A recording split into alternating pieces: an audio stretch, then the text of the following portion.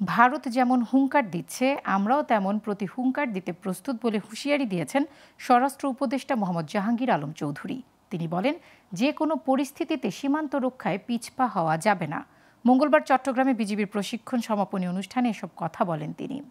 সীমান্তে নিয়োজিত বিজিবি সদস্যদের কোনো অবস্থাতেই পিঠ প্রদর্শন না করার নির্দেশ দেন স্বরাষ্ট্র উপদেষ্টা। তিনি বলেন, মিয়ানমার ঘেঁষা বাংলাদেশ সীমান্ত এখন সম্পূর্ণ নিয়ন্ত্রণে রয়েছে।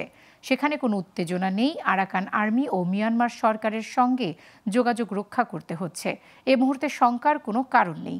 বৈদেশিক সম্পর্ক রক্ষায় কী পদক্ষেপ নিতে হবে সেই বিষয়ে সরকার সজাগ আছে জানিয়ে তিনি আরও বলেন, সেন্ট মার্টিনের নিরাপদ যাত্রায় মিয়ানমারের সাথে যোগাযোগ অব্যাহত রয়েছে।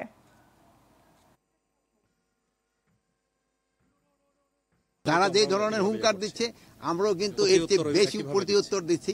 তারা সীমান্ত হত্যা যেন বন্ধ করে আসে, বন্ধ করে এই জন্য কিন্তু আমরা সর্বাত্মক চেষ্টা চালিয়ে যাচ্ছি। সর্বাত্মক এখন যে লাস্ট যে দুইটা হত্যা হয়েছে, এই দুইটা কিন্তু বিএসএফ এর মাধ্যমে না, এটা হয়েছে লোকালদের মাধ্যমে।